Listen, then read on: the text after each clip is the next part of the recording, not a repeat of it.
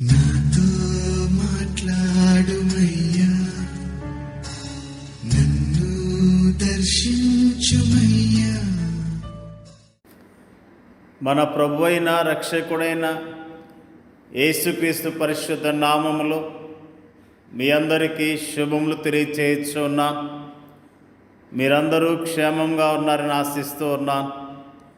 ఈరోజు బలపరిచే వాక్యము ఆదికాండము 39వ అధ్యాయం 23వ వచనము. యెహోవా అతనికి తోడై ఉండెను కనుక ఆ చెరసాల అధిపతి అతని చేతికి అప్పగింపబడిన దేని గూర్చియు విచారణ చేయక ఉండెను. అతడు చేయనది యావత్తు యెహోవా సఫలమగునట్లు చేసెను. యోసేపు యొక్క జీవితము ఎంతో అద్భుతమైనది. ప్రారంభ దినాల్లో తండ్రి దగ్గర ఎంతో సంతోషంతో చక్కగా అతని జీవితం కొనసాగింది. అతని తల్లిదండ్రులు ఐశ్వర్యవంతులు, అతన్ని అధికంగా ప్రేమించారు. తండ్రి అతన్ని అధికంగా ప్రేమించాడు. తండ్రి తన కుమారుని పట్ల ఎంతో శ్రద్ధ చూపించినట్లుగా దేవుని యొక్క వాక్యము ఎంతో స్పష్టంగా తెలియజేస్తున్నది. వీటన్నిటికీ మించి దేవుడు అతనికి జ్ఞానము, సామర్థ్యము, అందము, సద్గుణం లాంటి అధికమైన ఆధిక్యతలను ఇచ్చాడు. దేవుని అందలి అతని ప్రేమ అతన్ని అమితముగా ఆస్వాదించింది. వీటన్నిటి ఫలితముగా అన్నలు అతన్ని ద్వేషించడం ప్రారంభించారు. అక్కడే అతనికి కష్టాలు ప్రారంభమయ్యాయి. యోసేపు ప్రారంభ దినాల్లో సుఖంగా జీవించాడు. కానీ యవ్వన ప్రాయంలోనికి అడుగు పెడుతున్న సమయాల్లో అతని జీవితంలో ఎన్నో కష్టాలను ఎదుర్కొన్నట్లుగా దేవుని యొక్క వాక్యము స్పష్టంగా తెలియజేస్తున్నది. ఆదికాండములో యోసేపు గురించిన విషయాలు మనందరికీ తెలిసినవి. సొంత అన్నలు అతన్ని అమ్మివేశారు. అతన్ని బాగా మాటలతో బాధ పెట్టారు. అతని గురించి మరి చాలా చెడుగా చెప్పుకున్నారు. అంతేకాకుండా అతన్ని అమ్మివేసినప్పుడు అతడు యోసేపు ఐగుప్తులో బానిసగా మరొక వ్యక్తికి అమ్మివేయబడ్డాడు. అతని జీవితంలో అనుకోకుండా వచ్చిన పరిస్థితులు అతన్ని ఎంతగానో కృంగదీసినాయి. మరి ఐగుప్తు దేశంలో అతడు ఒంటరిగా ఉన్నప్పటికీ యోసేపు దేవుని ఆశ్రయించి దేవుని మీద ఆశ పెట్టుకొని జీవించినట్లుగా దేవుని యొక్క వాక్యము ఎంతో స్పష్టంగా తెలియజేస్తున్నది. ప్రతి విషయములో దేవుని సహాయాన్ని పొందుకుంటూ వచ్చాడు. దేవుని యొక్క కాపుదలను పొందుకున్నాడు. దేవుడిచ్చే ఆదరణ పొందుకున్నాడు.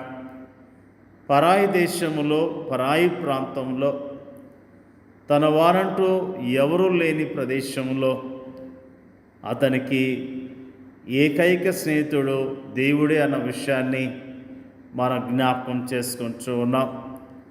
నిజంగా యోసేపు ఆ యొక్క ఐగుప్తులో పని చేస్తూ ఉన్నప్పుడు అతని జీవితంలో ఎంతగానో వృద్ధి చెందినట్లుగా, క్రమక్రమముగా అతడు దీవించబడ్డట్లుగా దేవుని యొక్క వాక్యము తెలియజేస్తున్నది.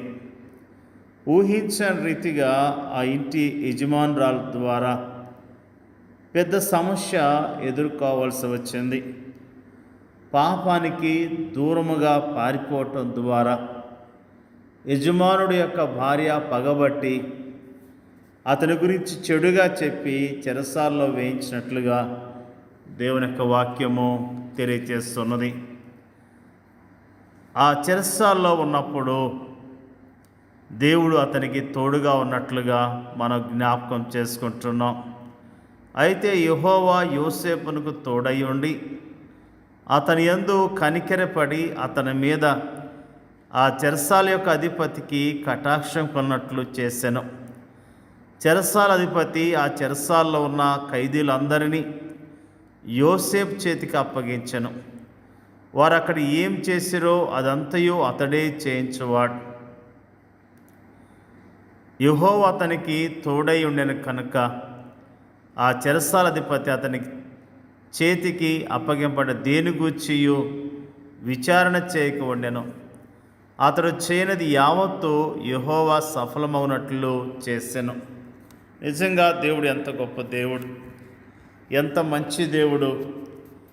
వాస్తవానికి నీ కష్టాలు, ఇంతటి శ్రమానుభవాలు అనుభవించేందుకు యోసేపు ఏ పాపం చేయలేదు, ఏ చిన్న తప్పు కూడా చేయలేదు. అయినప్పటికీ అతడు తన శ్రేష్టమైన యవ్వన కాలాన్ని కష్టాల్లోనూ, శ్రమల్లోనూ, నిందల్లోనూ, అవమానాలను గడపవలసి వచ్చింది.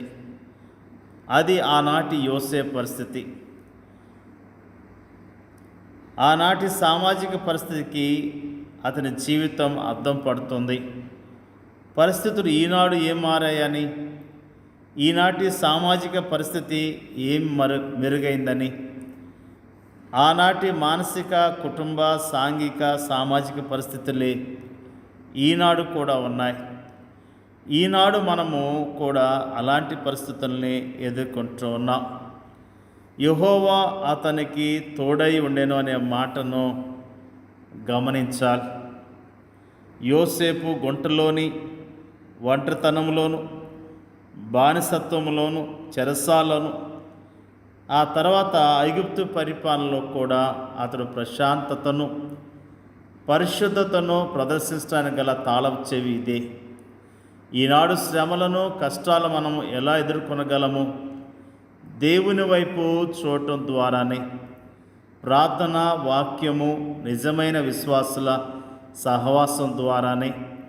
ప్రార్థన మనకు దైవిక నడిపింపును, శక్తినిస్తుంది.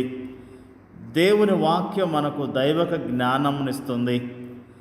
అభ్యాసం చేత మేలు కీడులను వివేచించుటకు సాధకం చేయబడిన జ్ఞానేంద్రియములు కలిగిన అనుభవజ్ఞులైన విశ్వాసుల సహవాసము మనకు సరియైన సలహాలను ఇస్తుంది. ప్రేమైన దేవుని బిడ్డలారా, యోసేపు జీవితం ద్వారా దేవుడు మనకు అనేకమైన పాఠాలను నేర్పిస్తూ ఉన్నాడు. నిజముగా యోసేపు ఓర్పు కలిగి ఉన్నాడు, ఓర్చుకున్నాడు, ప్రభు కొరకు నిలబడ్డాడు, సాక్ష్యాన్ని నిలుపుకున్నాడు. అతడు ఎంతగానో దీవించబడ్డాడు. ఈ దినాల్లో కూడా మనం ఇలాంటి పరిస్థితులు గుండా వెళ్తున్నప్పుడు మన సాక్ష్యాన్ని కాపాడుకుందాం, మన విశ్వాసాన్ని కాపాడుకుందాం. దేవుడు మనకిచ్చిన పని విషయంలో నమ్మకత్వాన్ని కలిగి ఉందాం. మరి నిజముగా యోసేపు దేవునికి విధేయత చూపించడం ద్వారా ఎంతగానో దీవించబడ్డాడు. దేవుని మాట వినటం ద్వారా దీవించబడ్డాడు. నిజంగా మనం కూడా దేవుని మీద ఆధారపడదాం. దేవుడిచ్చే ఆశీర్వాదాలు పొందుకొని ఆయన కొరకు జీవిద్దాం. దేవుడికి వాక్యాన్ని దీవించునుగాక. పరిశుద్ధుడైన తండ్రి, నీకు స్తోత్రాలు. యోసేపు యొక్క జీవితాన్ని మాకు తేటగా తెలియజేసినందుకు నీకు స్తోత్రాలు. యోసేపు ప్రభువా, నీకు భయపడి నీ కొరకు జీవించాడు, మంచి సాక్ష్యాన్ని పొందుకున్నాడు. అందును బట్టి స్తోత్రాలు తెలియజేస్తూ ఉన్నాం. అన్నదమ్ములు ఎంతగానో క్రూరముగా ప్రవర్తించారు, బానిసగా అమ్మివేశారు. మరి అక్కడి నుంచి ఇంకొక ప్రాంతంలో బానిసగా పనిచేశాడు. మరి అంతేకాకుండా శోధన వచ్చినప్పుడు, సత్యానికి నిలబడ్డప్పుడు అతడు చెరసాల్లో వేయబడ్డాడు. ప్రభువా, నీ కొరకు నమ్మకత్వాన్ని కలిగిన యోసేపు జీవితాన్ని జ్ఞాపకం చేస్తున్నందుకు నీకు స్తోత్రాలు. మేము నీ ప్రజలముగా నమ్మకత్వం కలిగి యోగ్యముగా నీ కొరకు జీవించడానికి మీరే సహాయం చేయండి అయ్యా. స్తోత్రాలు అయ్యా. శ్రమల్లో ఉన్నవారిని జ్ఞాపకం చేసుకోండి, నిందలు అవమానాల్లో ఉన్నవారిని జ్ఞాపకం చేసుకొని మీరు ఆదరించండి అయ్యా. ప్రార్థన చేయించున్నాం.